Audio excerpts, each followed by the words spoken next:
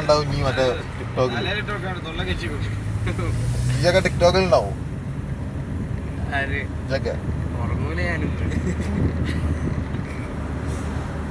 ഞാൻ മറ്റേ മാസ്ക് ഇട്ടോ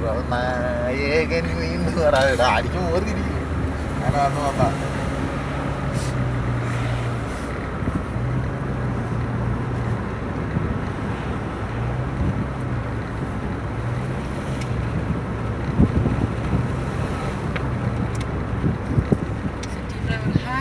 അയ്യോ സിറ്റി ഫ്ലവർ നല്ലൊരു കടയും 2 ദിവസം കൂടി നിന്ന് കഴിഞ്ഞാൽ കൂട്ടിച്ചെടുക്കാം.